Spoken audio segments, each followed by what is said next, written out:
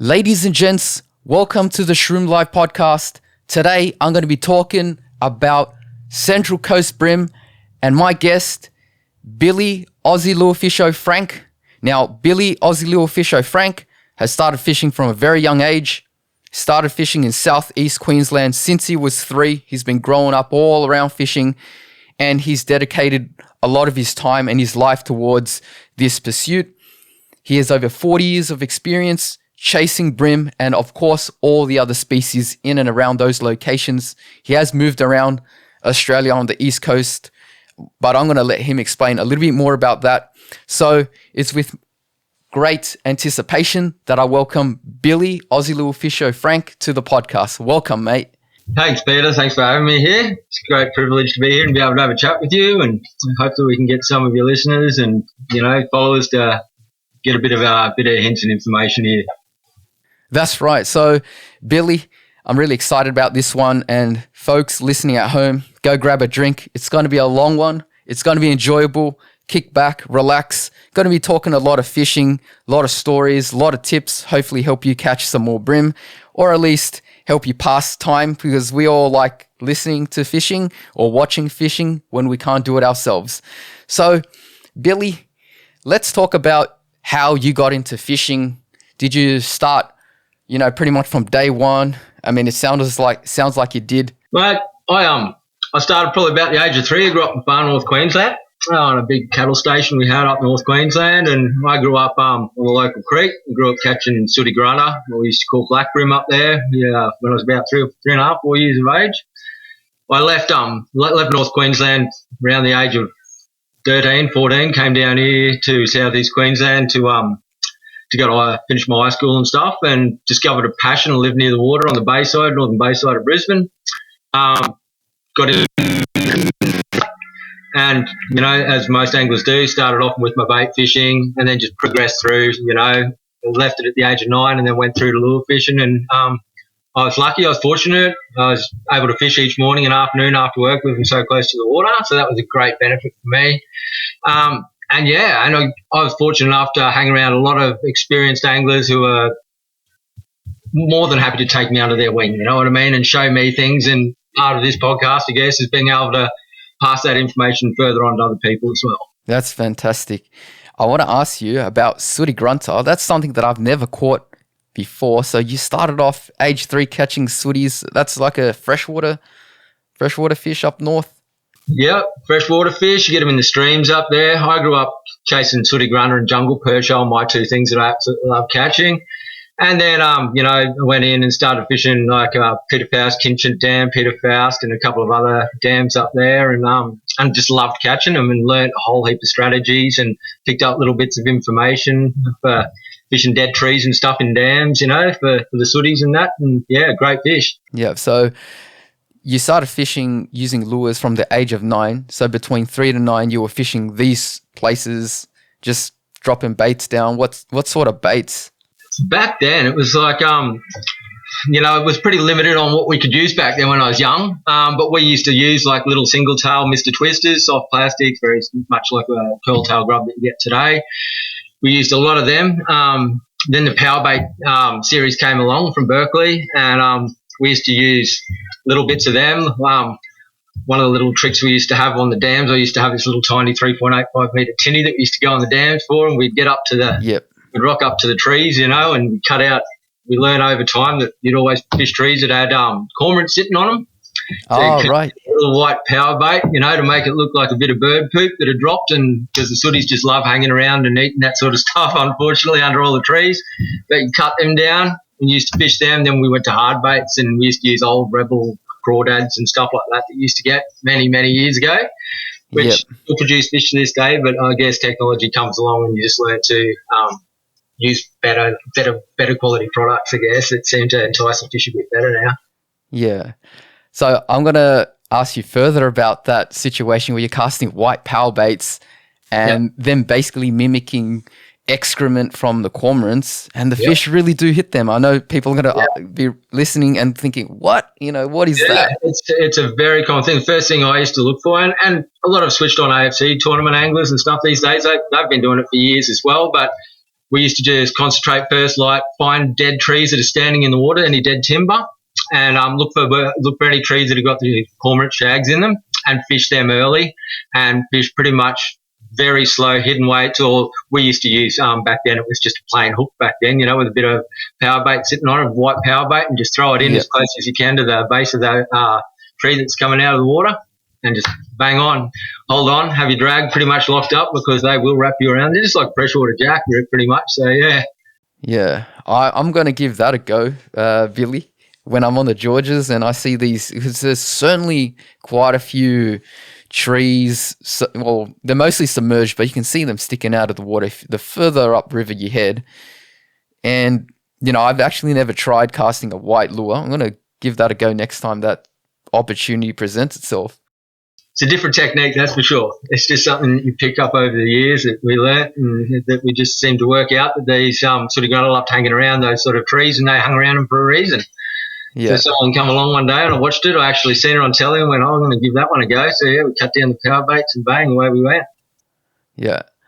So, with that early start to fishing, at some point you transitioned towards chasing bream. Yep. When was that? Do you remember the moment, or do you remember your very first catch? Absolutely. Yep, mate. I remember I was, I think it was about 2 weeks before my 10th birthday. I got given a couple of the old Rebel crawdads. My grandparents had bought me them for my birthday, and I was living near the Brisbane River. And I went down there one day. I had this little cheap spin outfit, like a 2 to 4 kilo.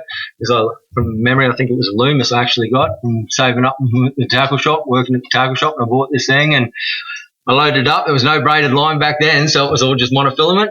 We just used to use like 8-pound monofilament, tie these Rebel crawdads on, and we used to have a field day catching bream, and I just learnt fishing around drains and stuff like that.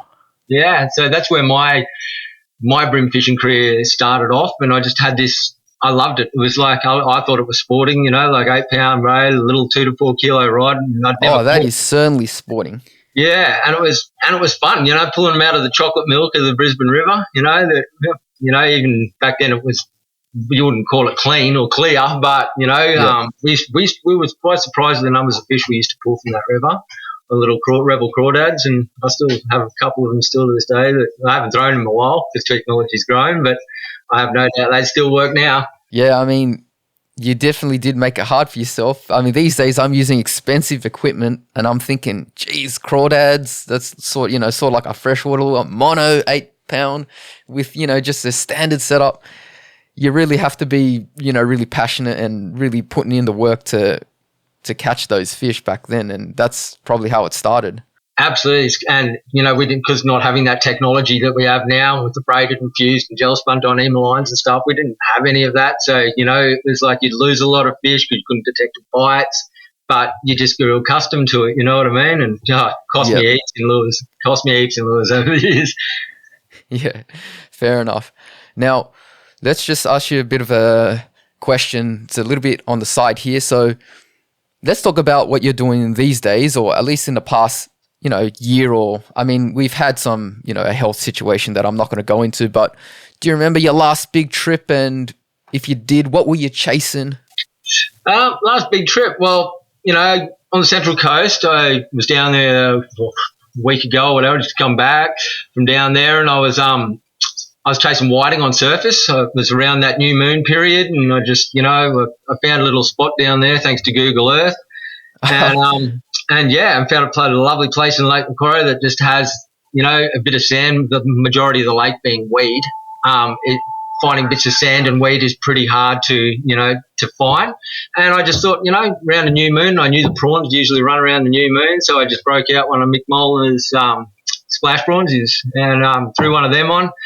Waded the flats and came up, had a great session on the whiting, quite a few. I think I got like 8 or 9 that day, but I didn't get anything under 38, so they were good fish.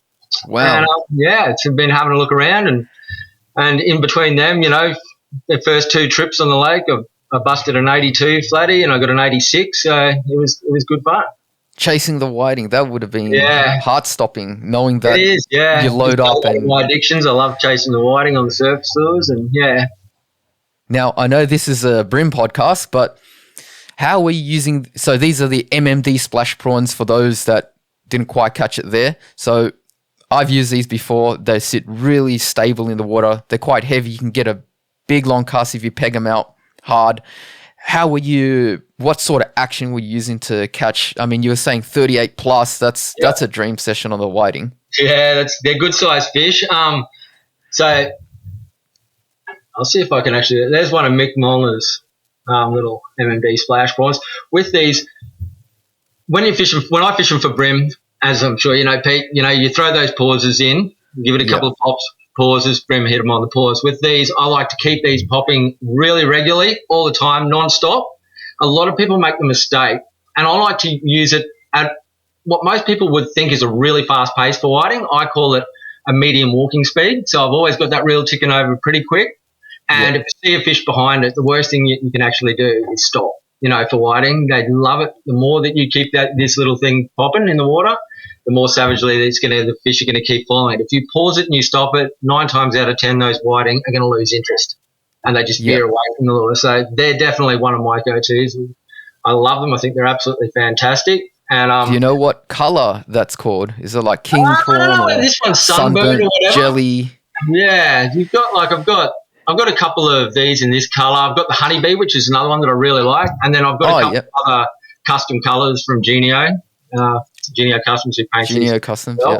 So I've got a couple of other colours. I really don't think colours that much is really that important. I've caught fish on all sorts, and I like to, even during a hot bite, sometimes I'll rotate just to see if it makes that difference. But 9 times out of 10 it doesn't. It's more in the action, and it's more keeping that regular popping of that little MMD and to keep it going at a continuous speed. If you can find weed beds with sitting in water from ankle deep up to I call waist deep, and if you've got sand around those weed beds, I like to concentrate on the edges of those weed beds for whiting and for brim. So, they definitely work. They're a great little lure. There's an old little bit of memory for you. There's your Rebel crawdads. Oh, yes, there we go. Yeah, the Rebel crawdad. You can still get them, so that's... Yeah, you can. They're very hard to find, but you can come across them. But, they're absolutely great fun to catch. At the risk of derailing the whole podcast, just a real quick question here. So you said that you want to move them fast and faster than what most people would consider quick. So you're using 2,500 size reels. You're not using the small ones for the quicker line retrieve. Yeah, you can use. I generally work around that 2,000 to 2,500 size reel. And, I guess it also depends on your retrieve ratio and stuff as well that you've got on your reel. But I like to keep them moving at what I call a medium walking speed. So it's, you're constantly winding that reel. It's not like slow wind. It's a continuous wind. Sometimes I won't even bother popping the lure. I have my hand on the rod and I hold my finger in front of the line while I'm winding. And that line touching your finger imparts an action from holding that rod tip up. And, it's definitely an addictive way of catching them. And most people use fast action. I prefer a medium taper rod because I don't know whether you've had the experience when you've caught enough whiting on top water, you get a fish a looser drag. They pull the hooks a lot. That one there, that MMD didn't have assist hooks, but I do run ZX assist hooks on one of the Eco Gears as well, just to make it look like the actual feelers of a prawn. And the whiting will come along and try and grab those feelers and try and pull the fish under, and then they just get bitten by the assist hooks. Yeah. Yeah, certainly the moderate action or slower action rods seem to be better once you've hooked on. The way whiting fight, the head shakes feel really sharp, and they'll just pretty much just tear that hook straight out of its mouth. And 38 centimeter plus whiting, they do pull incredibly hard, as most people don't think so, but they fight pretty hard, those fish. They do, absolutely they do. Like, you definitely know when you've got that quality size fish on, you'll definitely know that compared to your average 23s and 25s. They're capable of pulling a great deal of line off you if you're using fishing light enough. Now, let's just move on to the next question here. So that was pretty much like your latest trip. Let's say that you've got another trip coming up, or if there's a trip in the future or something on the bucket list, is there any place that you'd like to go, and what would you chase and why? I think probably during summer, I must admit, I'm quite a passionate bass fisher. I love my bass fishing as well. I like to get up inside inland cops up around Bellingen and the Bellinger River and chase bass. I'm not really an impoundment fisher for my bass. I love doing that, and I'd also like to get back. I'd love to get back down to a couple of other places like near Coffs Harbour and the creeks in there for the whiting, because I've had some fabulous days on whiting and really, really good size flathead down there. So, yeah. I think that, that's definitely something to, look forward to. I'm starting to think now that you must get a lot of these pretty large or massive flathead bycatch, and that's also one of the draws to surface lure fishing for whiting. Yeah, generally, like, people think that. They think, you got to use these big glide baits and big weight baits, for flatties and stuff like that. But it's the old adage of, elephants eat peanuts as well. So sometimes when you're whiting fishing or you're brim fishing with your surface lures, you'll hook some really good sized crocodiles. But that's why I tend to use like a 10 or a 12 pound, leader. Even when I'm fishing for whiting or brim, I don't find that they take too much of a notice on that leader. I find that they're more honed in on that lure and popping action to make it look like a prawn. And because you're moving it quite quick, it's more of a reaction bite. You know what I mean? It's if they don't eat that then and there, that prawn's gone. So far, we've just been talking about whiting, but what about brim on surface? Is that something you do as well? Yeah, I love it. I love the summer months. I'm not sure how it's going to be down here. I think in Lake Macquarie it's going to be really good because you've got more of a brim run more of a prawn run, than we do in Southeast Queensland. Generally, the prawns we get up in Southeast Queensland, your banana prawns and that, they're quite a large size prawn. And as much as whiting and brim love feeding on prawns, they're quite a big substantial meal that the brim probably try to stay away from. Whereas down here in the Central Coast and stuff like that, you get a nice, decent sized prawn run during summer on the new moons. Yep. And I'm definitely going to be concentrating my efforts on the brim around now. I just think it'll be absolutely great. And the lake just holds so much potential. I haven't had the opportunity yet to get out on the lake and really explore it via boat and stuff. So everything at the moment's just been like via Google Earth. Once I get a Hobie and put the Hobie in on there, I'm sure everything will come out well and be able to side scan and have a bit of a look around and see what areas and features stand out the most. And that's something I'm really looking forward to doing around summer on these new moons. It should be absolutely fantastic. I've done it at the entrance on the Central Coast, and I've had an absolute field day on brim down there around the new moons. And that's I think Lake Macquarie not being so far away, I reckon it'll be absolutely game on there too. Yeah, this is certainly heading into the season now as well. Yeah. So once that water heats up, it's going to be pretty good surface fishing all the way through to probably the tail end of autumn. Yeah. Yep. I find that, any time from late spring all the way through till, beginning to mid-autumn, you get a great surface bite, and that's what I live for. One on top is, is worth 10 below. I'd rather catch fish on surface lure any day of the week if I can. It just means concentrating on those low light level hours, like no one likes getting up 4 o'clock in the morning on some of them, but I actually quite enjoy it, and get that early morning bite and home by 7:30 is for brekkie. All right, next question here. So in terms of brim fishing, is there a specific capture that stands out in your memory? Look, I haven't done a lot of black brim fishing for you've got your yellowfin, you've got your blacks. The black's generally a bigger fish. Yellowfin I've chased. My biggest is only, but it's still a good fish, 42.5 centimetres. I got that. Yep. And I caught that from memory was about 3 years ago, and I got that on a Bass Day sugar pen, retrofitted with ZX assist hooks, and I hooked that thing in about 8 inches of water. And nice. I was fishing straight through 3-pound fluorocarbon, and that was a whole heap of trouble. And it was around rocks, and I was actually very impressed that it did not rub me off very quickly, and I managed to get that fish in. So that one stood out. It was a top water bite. It was a top water eat, and it actually sipped it off the surface like a trout would. It wasn't a full-on explosion. When it felt the hook and I felt him solid weight, it took 40-metre run straight off me on 3-pound fluoro, and I'll never forget that. And when I got him in close in the water, I just looked at him and went, "Oh God, this is one of my better fish that I've ever caught." And I've caught quite a few thousand brim in my time, but that one was just probably one of my most memorable captures. Couple on the new muscle lures that are out. I'd never done that. I seen your little podcast YouTube on that, and I thought, I had a couple of custom colours done up. Like predominantly they fish them in the blacks, and I just wanted to fish something different because I noticed I go around and I'll look at my environment that I fish, and I'll see what colour the food sources are around there and try and mimic and imitate them as best as I can. And getting my first couple on the muscle wives was definitely interesting as well. Yeah, that's fantastic. I caught a few nice ones on the Bass Day sugar pen. Very, a very I mean, I guess this lure is almost revered almost. There's a huge cult following. Everyone believes in it, and for good reason. And, the muscle is certainly making its mark now as well. Oh, absolutely. You only got to have a look on any of the Bream tournaments these days, and everyone's throwing them, like everyone wants to have one and see what it's all about. I mean, it's not a huge retrieve that you're doing, you're either dead sticking them or you're giving them little tiny hops off the bottom and that, and but the fish just crunch them. And I don't know about you, Peter, but I found out that it's a better quality fish that you get on them too, I watched Steve Morgan get his first, and it was a cracker of a fish on a mussel, and I was just like, yeah, I definitely want to give him a go, but I want to throw different colours around. I've got where is it? I've got this one here. This is like a different custom colour. Yep. Let's see. There we go. It's got there we go. pearl in it, and it's got gold fleck in it, and tiny little trebles on these ones as well. Oh, they're super sharp, those trebles. Oh, super sharp, yeah. I throw the wide gape hooks on them, the gamma caps and wide gapes, just to get that fish. They're a fine gauge hook. They're not like a heavy duty hook or anything like that. And obviously, if you get a big blue nose, there's a chance that he's going to straighten that out. But hey, they're the chances you take when you throw these things, I guess. It's such micro little lures. Yeah.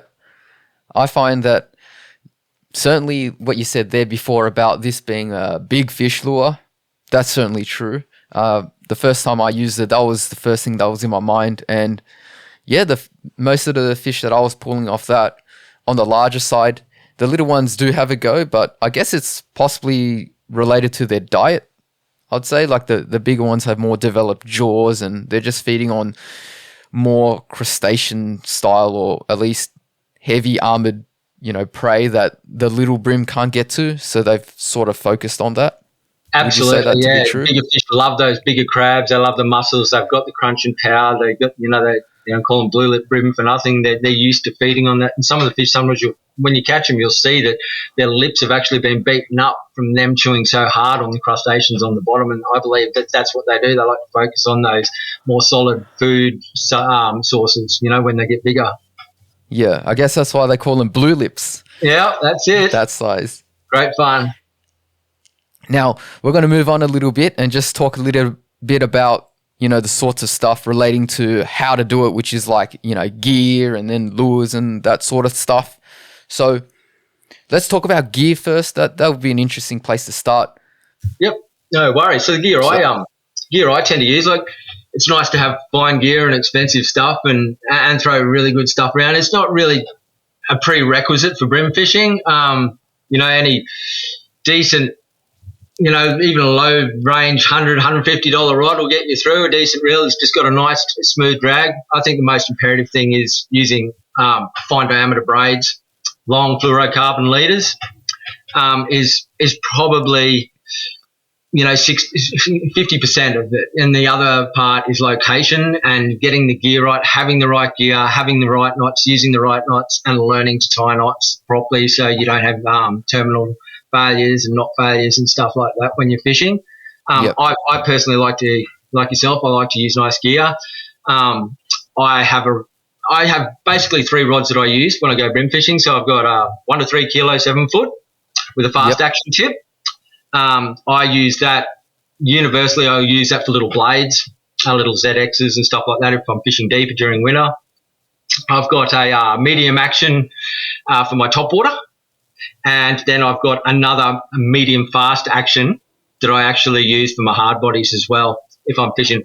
So one of the 3 outfits will be straight through fluorocarbon 3 pound that I use, and the other 2 I've recently converted to aging line. I like that very thin diameter, so I'm using 0.2, 0.3 PE, so really fine, around that 5 pound mark. But it's most of the aging lines like as thin as your hair these days, so tying knots in that can be a little bit tricky. But I find that sometimes in clear water, you've got to go really finesse to get the bites. Obviously, if you're fishing racks and stuff like that in places like Foster, or any place that's got is known for big fish, you're going to have to up that, up the rods and leader and line size, because you can't give the fish any room there. If you give them any room, they're just going to wrap you around the oyster leases or the docks or whatever, you know what I mean? So most people who fish those rounds, can use 8, 10, 12 pound braid and even up to 12 pound leader, 14 pound leader,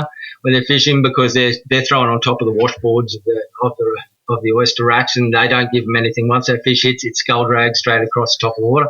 Personally, for myself, that's not I love my finesse fishing. So yeah, fishing flats and natural structure and stuff like that is probably my favourite thing. But they're definitely the 3 rods that I take out every single time when I go. Yep. Now, we'll talk about structure in a second, but I want to just go through some of the points that you raised there. There were a few interesting things. So for the average listener, you're using arjing line, which is basically line, Japanese market sort of braids, which are designed to be chasing horse mackerel, or yakkers as we call them in Australia. And if you know what a yakker is, you'll know that they're not very big. They do pull hard, but it's on the smaller size. So you need really finesse lines to deliver really tiny jig heads. And so he's using, Billy's using extremely smooth, really fine, thin braids. And I mean, some people may not understand what a 0.2 or a 0.3 PE is, but generally, in Australia, when we're chasing bream, we're using 6-pound braid, which would convert to approximately, this is just a rough guideline, of a 0.6 rating on the PE scale. So you can imagine, like how thin that braid you're using is, Billy. That's why you're telling me that that's like ultimately as finesse as you can get. And that does make sense if you really understand how these ratings work. Yeah, absolutely, mate. I use it because a lot of the areas that I have fished before are very heavily fished areas. These fish, bream, people think, bream's bream. I've seen them here. You see them around docks. They'll eat chips and stuff like that. But actually, they're a very cunning fish. You know what I mean? They're a smart fish.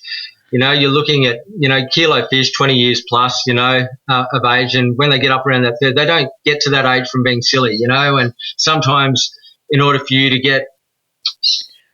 be able to catch fish regularly on a regular basis, in very heavily pressured waterways where the water's clear, and that you have to maximise your chances by going fine, which means a fine diameter line, great knots, long fluorocarbon leaders as well. It's not always the case that you need that, but I prefer to fish that way myself because I like to maximise my chance every time that I go out. Yeah, it's a case of, do you want the bite first and then think about how to land it later, or do you not even want the bite, and whatever ones you can tempt, you will have a high chance of landing? And the former is always the better option. You'd rather have the bite first and then figure out how you're going to get that fish into land. Absolutely. Getting the bite's the first thing. There's no point throwing around, big, thick lines and stuff and not even getting a bite in the first place. It's all about getting that bite and then worrying about it, like worrying about the structure afterwards. I've found with the bigger bream that I've hooked, if you can lead a fish away from structure under a decent drag, but not a heavy drag, the more you put on them, it's like the same as when you're jackfishing. The more pressure that you put on a line, the harder they're going to pull back. So I like to just have a nice reel that's got a nice, smooth, steady drag. And when you're fishing the light lines, obviously, there's not a great deal of drag that you can put on these fish.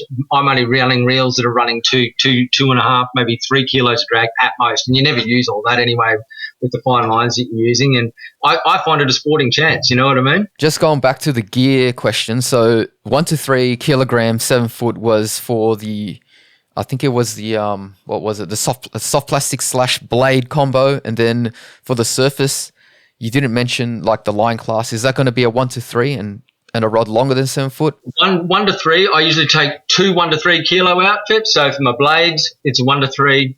For my top water, it's 1 to 3 as well. And crankbaits is around that 2 to 4, but it's a medium action that I use on as well, medium to fast. So yeah. Or 7 foot or longer on the. Well, personally for myself, I would recommend a 7 foot rod. I like personally a little bit longer. Anyone who has seen my Instagram page, I love my Miller rods. So I'm using the Miller rod Grub Freak. I use the Miller rod Twitch Freak, and I do have a Samurai Reaction 203 that I use for my half bodies as well. And I just find it's like a medium fast action, and it's probably one of my favourites. But I've recently just got the Miller rod Crank Freak, which I cannot wait to use. So they're all rods are in between like that 7 to 7.4, 7.6. I would love to get myself a flats freak from Miller rods. They're 7 foot, 7 8 or 7.9, so they're a long rod, but I like extra distance, like I like being, sometimes you need to get that distance when you're casting.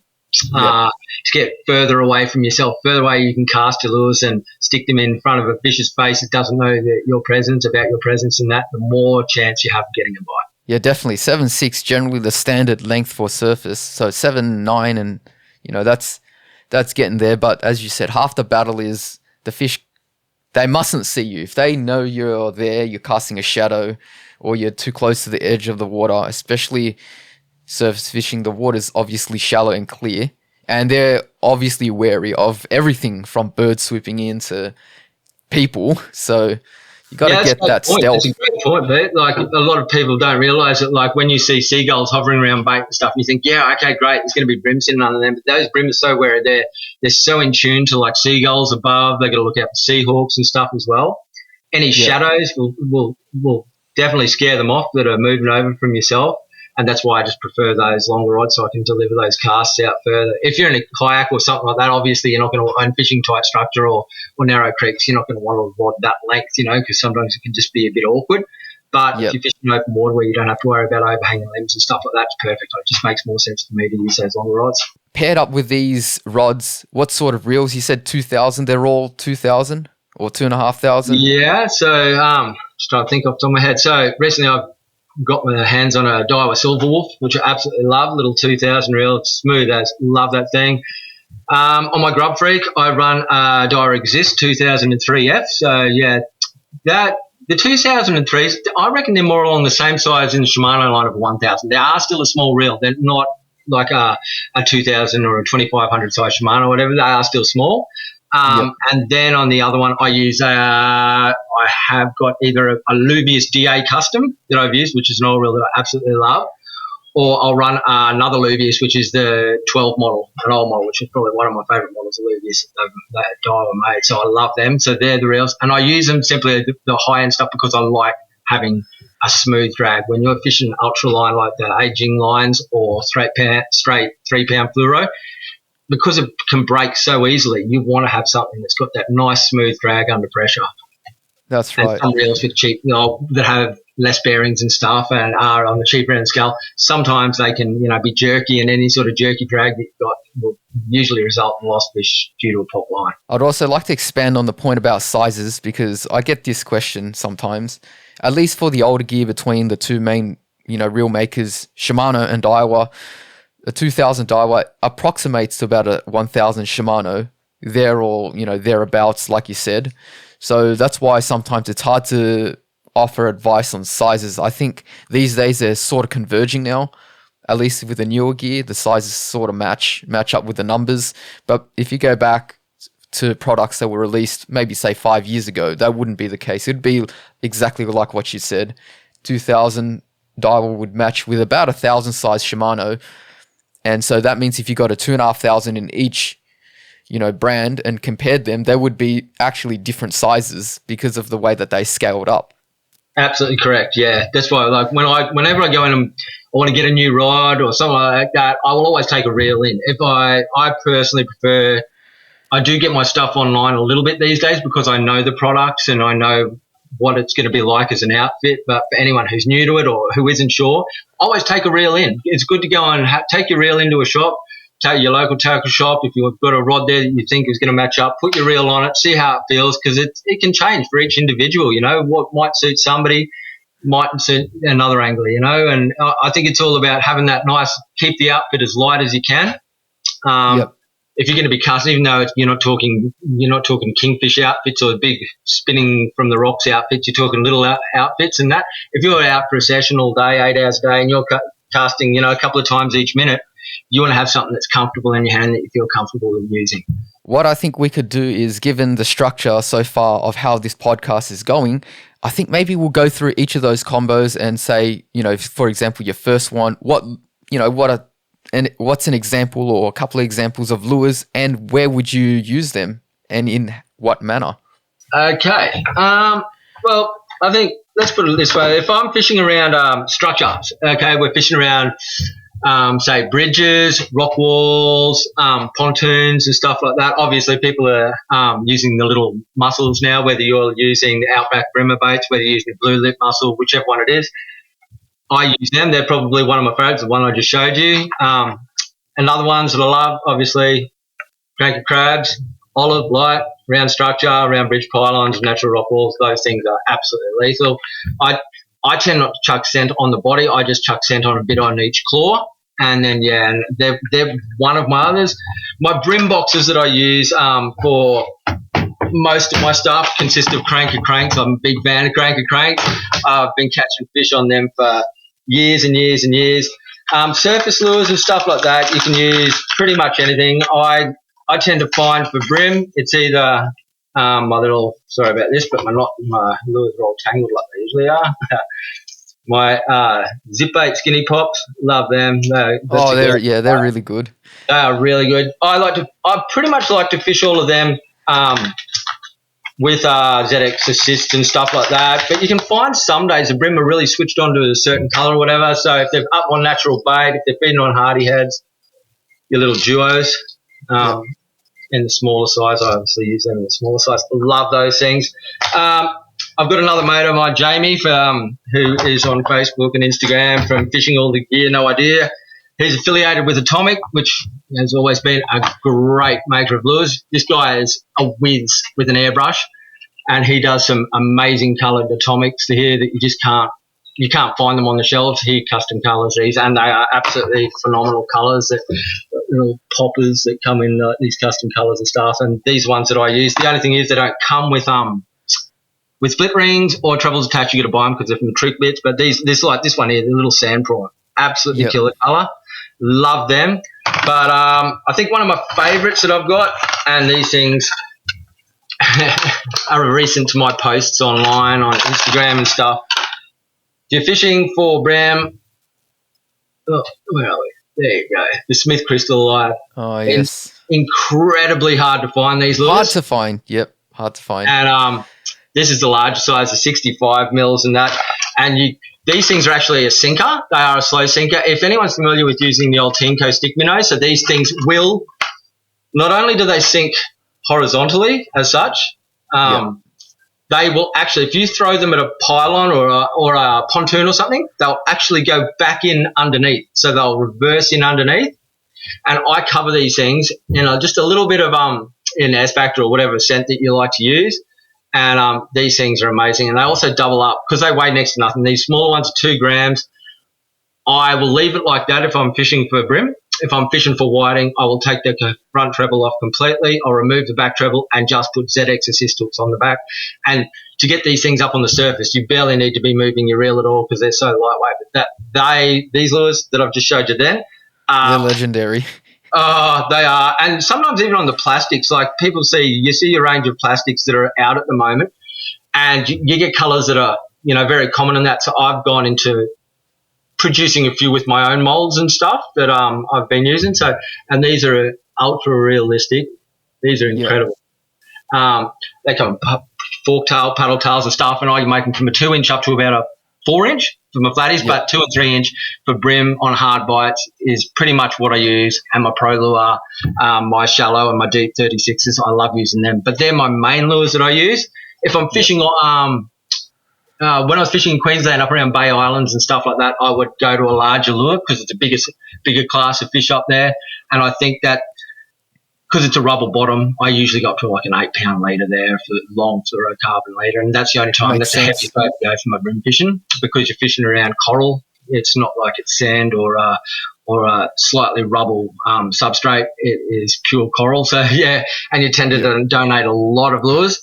I have a heap of lures that I have. I love collecting those sort of things, and I don't use them all, but everyone, I've had guys that use like all of us, we collect our collection is extensive. And actually, Pete, like on the subject of things, while we're on it, I think another two that are probably worth a mention that don't get used as much these days as what they probably should. The old Segoy popper.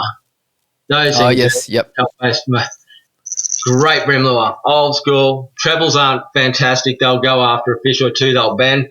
They are a very underrated one. But probably one of my favourite Bream cranks is the Mega Bass Baby Griffin. Yes, baby griffins. Yep. They're absolutely. So I used to use them around the Gold Coast, fishing around when the fish are feeding up in some of the canals there. We used to get a worm, a particular worm that was called a canal wriggler. A lot of them got killed off, I guess, by pesticides with the council spraying for mid-G sandflies and stuff. So a lot of those worms got out, but a couple of canals hold them. And what the Bream I noticed over the years up there, and I'm sure because I've seen them in Lake Macquarie, the same worm, the fish will get up under the cover of darkness and they'll feed on these worms and tiny little crustaceans, crabs and stuff. I've noticed in their diet they've got like little black soldier crabs, little rock crabs and stuff. And when you throw in those little tiny baby griffins and stuff around, the Bream actually at night, I fish for them mainly not around the full moon, the new moon, so when there's no moon, they'll be in water that's their backs would be out of the water, but they're on their sides feeding, sucking out of the worms and the prawns. So, and you slow roll the baby griffins along the shallows of the banks in the canals, and the Bream just go haywire over. They absolutely love them. Same as the little prawn ones, like little crystal lights. They work just as well at night. And I had people hitting me up saying, well, how's a Bream with no moon going to see this, because there's not much vibration from it, But the way I see it is that fish feed on lures as well in the darkest of night as what they will at 10 o'clock in the morning. A lot of it is to do with vibration, and sight is obviously a factor that comes into it. But yeah, people are under this false impression that you can only catch fish on lures, or plastics and hard bodies, in low light levels or, during the day. It's not the case at all. So what I'm going to do now is I'm just going to go through and let's just pick 3 sorts of structure or locations, sort of like terrain habitat style that you'll find on the Central Coast. One being, like you said, deep structure, pontoons, wharves, jetties, overhanging tree branches.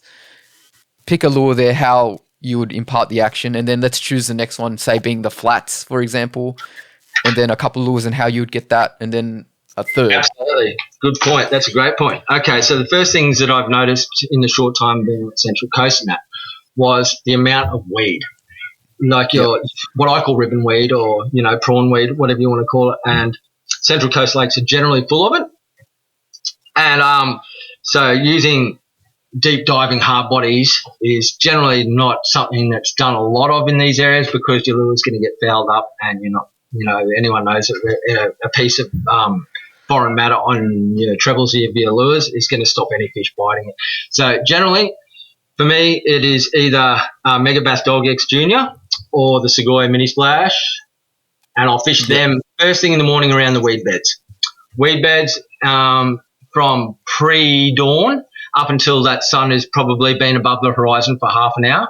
Then I'll stop with that. That's for that particular scenario. How would you use the Mega Bass Dog X Junior? Yeah, I use Dog X Juniors. You can get them in like heaps of colours. I don't actually think I've got my favourite colour here for them. It's either... What sort of action would you use, like pauses? Pauses, mate. Walk the dog, so just your rod tip down and just slow stabbing of the rod, very slow stabbing of the rod, and slow winds reel, and then pause. I'll walk that lure maybe only sometimes a foot or 2 feet, and just on the spot as these lures turn on themselves, and then I'll let it pause, and I'll leave that pause for up to 5, 6, 7 seconds, because that's when your Bream are going to hit your lures. It's always on that pause, That's how I use that particular one. They're great. They are a big lure. There's another one called the Jackson Ebby Panic, which is like, I'm sure you've seen them. Yeah, Jackson. One of the prawn imitations. I fish that with the ZX stingers on the back. They come with them. And they're another great one that I fish exactly the same manner. Give it a couple of pops over 2 feet, pause it, and then let the fish pull it down, and then take the pressure up, and you've got it from there. Excellent. So that's weed. Yeah, weed. Now, so we'll go to natural structure, like rock walls, bridge pylons. I've noticed on the lakes down on the Central Coast, you've got a few, couple of natural walls, whether it's walls that are being drop off straight to sand from people's houses, or whether it's natural rock walls. That's obviously, for me, it's either going to be a soft plastic, a mussel, or a cranker crab. So they're the ones that I'll use most. So I showed you the mussel ones before, and your cranker crabs. Yep. I throw them let them sink down. You can get a light or a heavy, just depending on the current and water depth that you're fishing. And Yep. I will fish them. I will throw them out as close to a structure as I can. Yep. I'll let them hit the bottom. And if I'm land-based, I will just have the utmost slowest of retrieves. It's excruciatingly boring and it's excruciatingly painful sometimes because you're fishing in what we call dead sticking, which is barely any movement at all. Yeah. Sometimes I won't shake the rod. I'll just lift it up so that lure comes maybe 3 or 4 inches off the bottom. Yeah. Or sometimes I'll just have the ultra slow wind of the handle so that crab looks like it's coming along. The crank crabs comes with the foam in the claws, so they're always on that defense stance, and the brim come up and they usually don't muck around with them. They just belt the claws on them straight away. Yep. So I love using them around. They're probably my 2 lures that I use around natural structure. And pontoons. I've noticed on the lake there's lots of pontoons, there's lots of little water, stuff like that. While going around and having a look at those, having a bit of a look around them and the limited times that I have down places like Wangi and a couple down towards Swansea and stuff like that, I've noticed there's a lot of bait fish around them. So I'm using, for myself, I'm using either the Kitex, the 2-inch Easy Shiners. You can get them in any colours that you want. They are absolutely amazing. My favourite tour is obviously this one here, and that one there is, I can't even see the colour on that, but I do know that this one here is called the Sexy Shad. Yes. Little translucent. Love them. They're in the 2-inch, so they're small, representing the bait fish, and the other one, obviously, Mick Molnar, light MMD soft prawns. Love those things in that live colour are just, one of my favourites. What sort of jig head do you attach onto the Kitex? To the Kitex, I like to use, obviously, if it's not a great deal of current and stuff, and depending on where the front of that, the front of the pontoon is, I'll have a look and see what sort of water depth I think it is, and if there's no current. Generally, I'll fish on about a 1/20th. Sometimes I'll go to a 1/12th. If I know that those brim are more down towards the bottom, if I can't see them visibly sitting under the edges of those pontoons, I will let that plastic drop all the way down to the bottom, cast up against the pontoon first, on the face of the pontoon or the side, and I will drop it down, and I'll let it drop it down until I see that line slacken. Yep. And if it's not tightening up, I'll give it a couple of hops, and I usually do that maybe 3 or 4 hops, and if no bite on that, then I'll move on to the next pontoon. Yep. They're the ones that I use for that sort of situation as well. I love the Kitex. They are a very subtle plastic. Anyone who's used them know that they break easily. They can be pretty soft, they're not highly durable, but they are fantastic. And you can impart the smallest action with your rod tip and get that lure having best movement. They move at the flick of the tiniest hops, they'll react to, and sometimes that's imperative for the brim as well. Whereas the MMD prawns, usually with these guys here, these are only the light version. You get the mediums and the heavies. With those, it's cast straight up against the pontoon, let it free fall down. I add a little bit of scent to them, and usually these will just get hit the moment they're under the lip of the pontoon. You bring them up there and actively feeding there, they just come out and grab these things straight away. Yeah, so they're probably the ones that I have been using a fair bit, mainly in the lake, and they're definitely the same sort of ones that I used to use up in the southeast Queensland as well. Yep.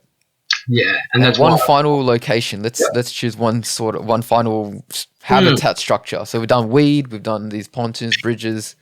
All right. Well, I've had a couple of the creeks that flow off there, and it's more like trees. It's still a structure per se, but these trees are horizontal laying trees, and they're laying over sandy, muddy substrate bottom. And that I've tried surface, and I've done okay on surface and stuff like that, but that's where I've noticed that hard bodies definitely come into their own. I'm throwing, rather than having I'm talking trees that have fallen from the bank out into the water, so they're running. You'll be casting parallel to them or whatever. Hard bodies is where I've noticed particularly on the south coast where they have come into their own. I've had great success with a couple of ones here, and the water I'm fishing is probably about that 3 foot, to about 6 foot. And I've got a couple that I use. I'm thinking the name of this little bugger, but I run it with inline singles on it. This little one, I don't know. Yeah, it's like a little orgy. I don't know what it is, but I picked this up in a bargain bin somewhere, and I absolutely love it. the little, I think it's crack crab or something. This one here from the atomic gave us too. Yeah, that's really definitely well. an atomic. Yeah, you can actually see on the back treble on that one. It's probably a bit close there, but that one's all mangled up. The brim certainly don't muck around with them. And up there, strangely or not, cicadas. What most people use for bass. The brim. Wow, yeah, that's interesting. And they've actually shown a liking to these, a really strong liking. And I actually noticed on one of the ABT tournaments lately, a couple of guys were actually using these for the brim, in comps and in those upper reaches and early mornings and stuff. And I thought, you know what, I'll give it a go. And so I threw these things out, and the brim absolutely love them. Once again, these things wind backwards. This particular ones do, so the wings come out and it paddles along. And is that a Timeco? Sorry? Is that a Timeco? No, this one is the Siglet. Mega Bass Grand Siglet. Yeah, I've got a whole heap of them. And I just I'll wind them in and maybe move them 2 feet and then give them that pause, And generally I found with the cicadas is when you're casting in next to those trees that have fallen and you want them back, it's like when you cast, it's very much like bass fishing. You cast in there and you let it sit. You let it sit for a painful amount, a long time, up to a minute or whatever. And I've sat there and I've actually sat down, I've cast the lure in, let it sit right next to it, hit the water, sat next to the structure. I've been sitting there rolling a smoke, and I've had them 45 seconds later come up and belt the lure, when you think, nothing's underneath it. But if nothing comes up and hits them straight away, you just give them wind them in a couple of feet, pause, wind them in a couple of feet, pause. But I have noticed that the water that I've been getting the fish on in these is generally a dirtier water. It's not a crystal clear water. Not to say that it won't work that way. This is only from the waterways that I fished and how I fished them and what's worked for me, Other people, I've heard of guys using these down lower towards the river system mouths and still catching fish on them in the clear water. But, they're the ones that I like using, and they're the ones that I've probably thrown more recently. Yep. There's thousands on the market you could use. I take out one box generally of lures to throw, and I always find myself reverberating back to a particular one. It's like sometimes one day you might find the fish are feeding hard on one lure, and you take it down the next day, same conditions and everything, and they'll just blow that theory out the window. They'll be feeding on something else, Yeah. You can go down, you can use long, big 7-8 centimetre lures for them. They'll bite their heads off. Next day they only want the tiny 2.5, 2-inch ones as well. So, What color would you use for the Mega Bass? For the Siglets, personally, probably my favourite. It's worked for me. So still the dark colors, Yeah, yellow bottoms, the darks, tops. There's a green one that you can get. There's a brim swimming around there last week with my lure and it's still in its mouth. Oh, no. I just stopped that one. No. But, I've noticed the dark colours seem to work well. I don't know whether it's just because it's dark water, you know what I mean, and dirty water that it's throwing a silhouette out. I always like to have something like that. Dirty water, having something that will stand out. My theory is that, if the water's dark up that way, everything's sort of dark and tannin stained, and it's just going to fit in. Yeah. I've noticed that those dark waters, I like that dirty stuff. But then I had a session nearly 2 weeks ago that I was up there, and I just thought I'll try something different, and I threw one of these zip bait mag rafts, the rigs, and threw one of them around in the filthy water after floods, and they were just belting their heads off on these things. They were absolutely loving it. And I was just like looking at it going, wow, it's generally colour that I'd throw more in clear water. Yeah. It's got that prism tape and stuff, metallic finish on it, but they were biting hard on that, And then I thought, well, I'll go back, I'll throw that again the next day, and I couldn't get a touch on it, and it was back to, I don't even know it, little squirrels or jackals or whatever. These ones here. Yeah, probably a jackal squirrel or something. Yeah, it's a tiny little one, like they wanted these just as suspending, and they were always on the paws, It was just, and I hadn't caught a lot of black brim before. Like I've caught a heap of yellowfins before, and I didn't really know how to tell the difference at first. Apart from I learnt that the blacks have got smaller anal fins on them, and I learnt that those black brim prefer a longer profile lure. Whereas yellows prefer those yellowfin prefer like the chubbies, the fatter style. Like the pro lures or any of those sort of chubby style lures. Yeah, that's pretty much my thought process as well.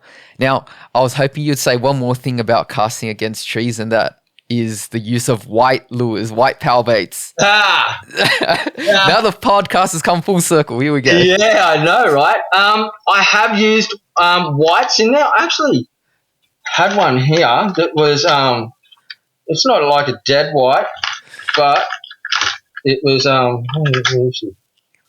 what's in here? It was a little custom coloured a duo. It's like a little duo thing. Might be in one of my other ones here. Let's just have a look. I'm sure I've got it here. And no, not off the top of my head. I can't find that one. But I have used white. I've used white on the Bream. I also like the silvers. But here we go. These are whites. Here we go. So this colour here, you can't buy too much. This colour was made for the double clutch for Tackle World stores. So that's a clear white. I've not seen that yet. You're right. You won't see too many of these colours. There's one that's pretty much the same as that as well. This isn't. This is a 60. It's not 48. The new ones. This is So this colour here, I found. Yeah, the whites. You throw them around any areas that you've got birds and stuff. It doesn't matter if it's. I've actually had a couple of cranker crabs and the atomics and stuff that I've painted white. I've actually had crabs, like crane crabs, that I paint white just for that purpose, and throw it around. Interesting, yeah. The little double clutches, yeah, mate. Also the Gangcraft, the little jointed claws, like 70 mil. Yep. These little buggers here, they work so well. I've actually painted a couple of white too because I didn't have anything on the day, but I knew they wanted something that was floating. And so I wrecked a 50 buck lure and painted them white, but yeah, they're expensive. Great little lures, mate. But yeah, the whites, I don't know what it is. It's anywhere that you get that birds wanting to do their business about trees and stuff like that. The Bream love it, and it's not just sooties. It's like Bream that do it. Today I was out having a bit of a fish this morning, and what I noticed is because we'd had a bit of rain and it's hot and that. We noticed butterflies. There must have been a butterfly hatch, right? And this is because I'm up in southeast Queensland at the moment, and the small butterflies were flying really low to the water, and it was calm this morning, and I seen whiting and Bream up trying to grab them, making that kissing noise, trying to get butterflies off the surface. And I looked at them, I was like, oh shit, these guys are actually white. You know what I mean? Like, so I threw on a white lure on a white floater, and my little Daiwa Gekabijin, the old Daiwa Shiranuis and stuff like that. Here it is here. I threw this little one on. This little white Shiranui. There we go, yeah. And the fish I had a silver one on before that, threw it around 20 minutes, couldn't get ahead, threw this one on, they were onto it straight away. So it's just like being in tune and watching your surroundings while you're out there and noticing these little things, I only learnt by the sooties and the cormorant poo and stuff was because I actually seen it one day. I actually watched birds in the tree and I'd seen them doing their business and I'd seen a fish come up and roll in the water. I was like, the heck's going on here? So all I had in the bag was a packet of white power bait. Bought a white power bait out, cut it in half. It looked more like a potato chip than anything else. Stuck it on a weightless hook, threw it right next to the tree, clumped straight away, mate. So it's like, you pick these things up. It's all about staying in tune with what you're seeing out on the water. The more you can take in and visually see, that's where you learn a lot of stuff, That's interesting, your surroundings. It's being familiar with your surroundings. Once you fish a particular estuary or a system, you get to learn these things. That's interesting because, in Sydney we do get cormorants, but we get a lot of ibis. Yeah. And the ibis, they're in plague proportions in some areas. So you're always going to get some white excrement in the rivers and especially in the upper river sections. Absolutely, yeah. It's I've noticed that. Yeah, it was just a really weird thing to come across, and it was like, wow. If I hadn't seen it for myself, I would have believed it. I actually told a mate of mine the day I seen it first with the cormorants and sooties, and he's like, "Nah, man, you got to be looking too far into things." And now guys are doing it to actually win tournaments and stuff like the sooties and stuff. So it's definitely a learning curve. Yeah, it's not the way I normally fish. Yeah. So let's say you're going to go for a fish in the next week or so. What sort of structure you'd be looking for right now? Right now? All right. Well, we've just come off a new moon. So what I would be looking for coming into – first thing I'll look at for trips I'm doing this week coming up, whatever, I'll have a look and first thing I'll look at is barometer. I know we're getting a bit technical and stuff here, but generally if you've got a steady barometer. We can get technical. Yeah, like the old saying, 1,020 fish are plenty. I like to have a barometer that's somewhere around that 1,020 mark if I can, or anything that's been stable. So, like anything where there's no massive spike. Sometimes prior to a big spike in barometer where it's a rise or a drop, the fish will bite hard. But generally if you've got a barometer around that 1,020, nice clear days, doesn't matter if there's a bit of breeze or whatever. And we've just come off a new moon, so you come in the first quarter or whatever, and I like those sort of things. So I'd be looking at early morning surface bites, because even though we've just passed the new moon, you're still going to have, if you're in an estuary where you're lucky enough to have some prawns or whatever, yabbies, whatever, that to me is a surface bite. That to me spells surface bite. So that's where I'm going to be definitely spending quite a bit of my mornings in my next few trips is doing that. And because we're, spring, summer, this is a very special time of the year for me from a flathead too. I love seeing big girls. In the last week I've seen a 103 and a 98 caught, and massive, I love it. Yeah, big Unicorn. Fish, shallow water, big fish. And that's all about getting out early in the mornings and getting out there on the banks and having a crack at them. So they're the two fish that I'll be hitting up definitely in the next week. Yeah, fantastic. Now, I'm going to ask you like a bit of a fun question, and that's, let's say that you're going to go fishing tomorrow. Yep. What's the preparation like? How's your day unfold? I want all the funny bits, all the gory bits, from the night before rigging up and then getting a rough night's sleep. Oh, well, that's it. Hey, like, I don't know. I'm fortunate enough. I get to fish maybe 3 to 4 mornings a week or afternoons a week. For me, it starts with the night before. I don't like to turn up to the water and then be tying FG knots or having to peel bits of old line off to make sure I've got everything tip top. That always happens the night before. Usually over a beer or two. Then I'll make sure I try and get a good night's sleep. As I bet you do it too, eh? Like when you get session coming up, you're like, right, I'm in bed by 7 or 8. I'm getting up. I got to make sure the knots are done properly. Yeah. I don't want to be tying an FG when the light's still dark. Yeah.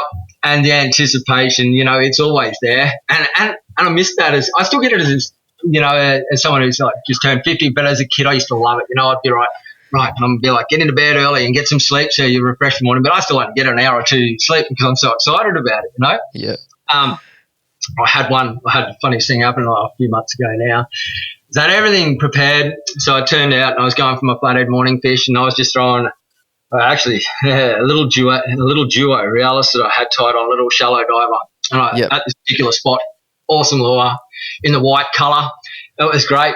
Anyway, so I wade out into the water first thing in the morning and trying to be as quiet as I can.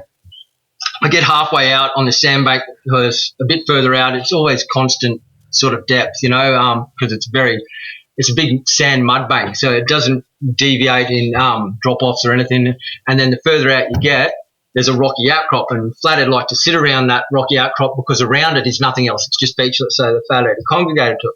So I get halfway out there. It's like pickaninny dawn. And first thing I do, I was lucky to have my shoes on, my reef walkers on. I'm straight onto a big stingray, stood on a big stingray, scared the hell out of me. I'm starting to flip out. Anyway, luckily nothing happened to that. And then I get out to the rocky outcrop, and I'm very careful that I walk quietly and stuff when I'm approaching this area, because flatties in shallow water, they can, noise travels a lot further underwater than it does above it. Yeah. Anyway, so I lobbed my first cast out, and I walked out. It's probably about 300 metres out that I walked on this bank out to this rocky outcrop. And I get out there, first cast on the lure, I get this big flounder. God, it's a nice big flounder. Awesome. And I was like, oh, yeah, I'm not waiting in to take the bank to get it off. So, me, get it up, hold it by the leader, got the leader up. And I was like, right, these things are generally pretty docile, So I grab it straight in the middle because it only had the middle hook in its mouth. It only had the front hook in its mouth, and I grabbed it, and then it bloody kicked a bit.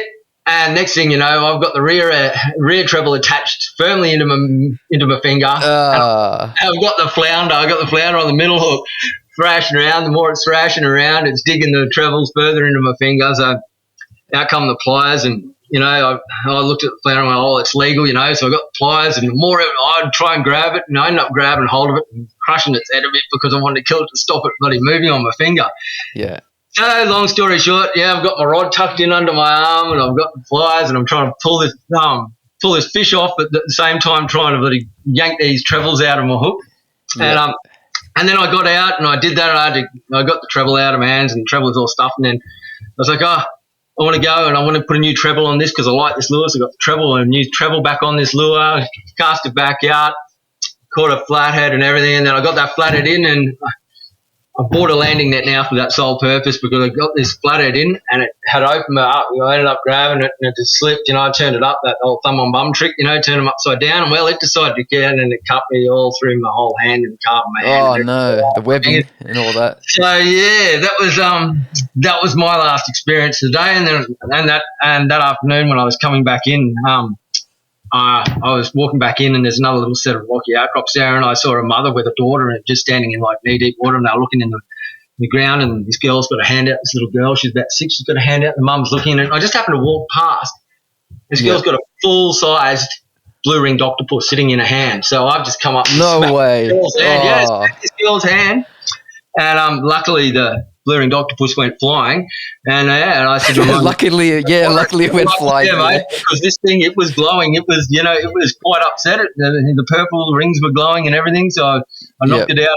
Poor old mother didn't know what was going on because I'd just come straight up and knocked this thing out of the girl's hand. Yeah. And, I had to explain to them that, if you're not sure what something is, probably not a great idea to be picking it up, That's right, exactly. Yeah, always have that sort of gear on if you're doing that, because you don't know where there's stonefish, bull routes, blue-ringed octopuses, or all that sort of stuff, mate. So, yeah, it's always good to have when they're lighting up, they're telling you something's not right. Yeah, they're telling you that they're going to do something. For something that's not really that big, they sure pack a punch, Yeah.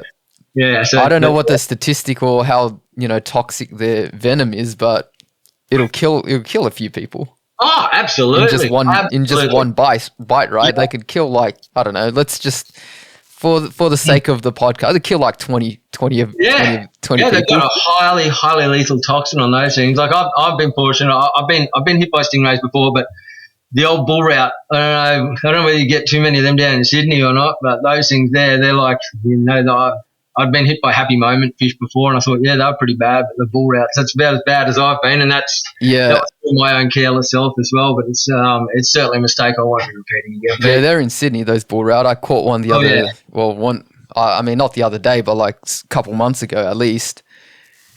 They look ugly. They've got all sorts of warning signals on that fish. You could just tell you're not supposed to put your hand in there. Yeah, and that you can get them, those little ones ranging from that big up to the size of a loaf of bread. You can get those quite big ones. I can tell you right now, those small ones pack just as much punch as the big ones do. Yeah. Now, if I even get one of them, I don't even shake it off with a pair of pliers anymore. I'll just, I'll make sure I go in, take it to shore, and then, stick it under a blanket or something. And then, take it off meticulously careful, because those things, that was probably the worst 7 or 8 hours of my life. All right. So about the arging line, do you have any spools there just to show the viewers at home what we're dealing with here? Sure, mate. Yeah. So this is one I use. This one is a Gozin. It's called a Tiny P arging line. This one here is a, we'll just get it out so I can see it. The Gozin. Yeah, Gozin. So this is 0.2. When it's back to front there, it's 5 pound. You can't even see this stuff. And this stuff is so thin that you slice your finger. It is thinner than your hair, but it is strong. It is super strong stuff. Look, I put it on a set of scales because I just wanted to see what it was going to break out. It broke at around 8.5 pound. It's a very different line compared to most braids and stuff like that. To tie knots, you're not going to be tying FGs in this for a start. You just, it can be quite difficult to do knots to hold. One thing that I have done with this, and because it is such a thin diameter, ultra thin, I will often, and it is the only line that I will ever fish a surface lure straight through to braid. Interesting. Wow. Yeah, because you cannot see it. That thin. It is next to invisible. And for some reason using this, obviously when you're using surface lures and stuff and you're using fluorocarbon to maximise it, to keep things invisible, fluorocarbon line sinks compared to a normal nylon line which will float, But with this stuff, I just use it straight through. No fish sees it. And and this is from memory. I got this one from Steve at tackleaddiction.com, and he stocks this stuff here, and he had 4 spools left, and he goes, right, I'll have 2, and he kept me 2, and I just love this stuff. And as far as I know, in this particular one, which is 5 pound, 6 pound, and 8 pound that you can get, I have used this stuff quite a bit, and I have never, ever, ever once got a wind knot. Never once in this stuff. That's amazing. Yeah, and that's throwing head on into wind. Everything I've tried, everything I can possibly do to get a wind knot in this, I cannot get one. So for me, it doesn't fluff up. And I'm telling you, if you put on even say the heaviest of the gosens in the 8 pound, and you put on a little lure like just say like a little ZX 35, you will peg 80 to 90 meters with it without even trying. It'll just fly through the air. They're absolute bullets. Having said that, it's it is a finesse style of fishing, mate. It's definitely a braid that has its purpose. It's not going to be a braid that you want to throw around oyster racks and stuff like that because it'll pop every time. But for sand flats and around weed beds, it's fine. I did have a bit of an initial worry with it, Pete, to think that using this line, around the lake and the Central Coast that, because it's so shallow in the brim, you hook a brim on a surface lure that it's going to run through the weed. Is that weed going to be enough to pop this line or whatever? But on the 8 pound that I used, mainly on the 8 pound, which is 0.3, I've never had a problem. It just cuts through that weed pretty easily. So that was my main initial concern with it. But it handles it well. The point, this stuff here, this point 2, I use it solely for whiting. I use it solely for whiting fishing. I have used it brim fishing in canals, but I tell you what, you've got to fill your line up, as you know. You guys know that, when you fill up a brand new spool of reel, you're going to have some backing underneath, some monofilament backing. You're going to fill your spool up. This is 150 meters. Even on a 1,000 size reel, you're going to have to fill your spool to 3/4 full with backing, just to hold 150 metres line. To give you an idea, if I was to spool this stuff here, this 0.2 up on a 2,000 size Daiwa, I'd hold over 2 kilometres of line on this. I was going to say you hold a kilometre. That's insane. Mate, 2 kilometres. A lot. It is ridiculously thin. It is ridiculous. But, and it's not expensive stuff, for 150 metres. It's comparative, on the market, $50 or whatever. Yep. Great stuff. I love it. 50 is a good price. There are braids out now that are $120, like very vast. Oh, absolutely. I used to use a Daiwa Saltiga 12X, in the 0.6, 0.6, and that was $100 a spool, and I'm just going to go to this stuff now. It's absolutely phenomenal. Half the price and no wind knots. I love it. Yeah. Now, a gear question I've got here, is there any, so besides from obviously rods, reels and all that, is there any other gear that you take with you that you deem necessary for this sort of fishing? Yeah, absolutely. Without a doubt, do not skimp out. I know if you're a youngster and stuff, it's not easy to come with money's not easy to come across by. Good pair of polarized sunnies. Everyone will have their own brand that they like, whether it's Tonic, Spotters, Costas, whatever you want. For me, personally, for myself, I love my Maui Jims. These things are incredible. Universal, these ones. So these ones will handle low light levels just as well as bright sunlight. It's like I don't know what they call high transmission or whatever it is. And, so it'll adapt to all different lights. These things here, the ability to be able to see in water, to be able to see, to have that glare taken off and be able to see a fish, see its reactions. I've had these on where guys have had cheap, dodgy glasses, and they can't see what I'm seeing. And this is probably one of, besides your rod, reel, and your lure, these things are your next best friend. You know what I mean? It just takes, it makes everything so much better to be able to see into the water, have the glare of face. Not only that, it's protecting your eyes from the sun. Other things, probably a head sock. Head sock. No one wants skin cancers. Long sleeve shirts, like I always wear long sleeve shirts, whether it's summer or not. I'd rather be a bit uncomfortable in a long sleeve shirt and then have, melanomas cut off my face and off my body. But yeah, definitely long sleeve shirt, sunscreen, Now, I've got a question from one of the club members, Stoneman420, and I'll read out his comments first because I put up a comment on the community tab, and he says he'd love for you to explain, say, the rough age of bream in the biggest sizes. And just a passing comment, he said it's amazing how old the big ones actually are. Yeah, absolutely. To give you a rough idea, and it can also depend on a brim's particular feeding habits and that. But as a general rule, if you're looking at a fish that's 40 centimetres, so 40 centimetre brim, which is a good sized brim, you're looking at 30 years. You're looking at a fish of 30 years of age. Yep. These little ones that you might catch occasionally on your lures or on your soft plastics that are like this, you're talking, 5 years old. Like these things grow very slowly.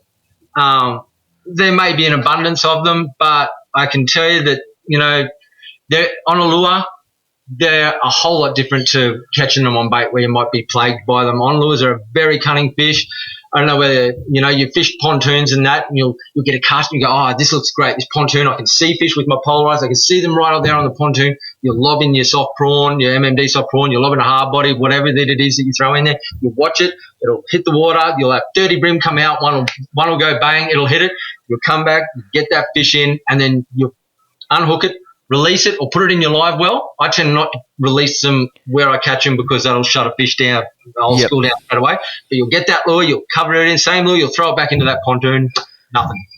They send those signals out to their friends and they know, like once I've caught a fish, a decent sized brim, generally when you're fishing pontoons and that, you think a bigger brim will come out, it'll be the apex predator in that school.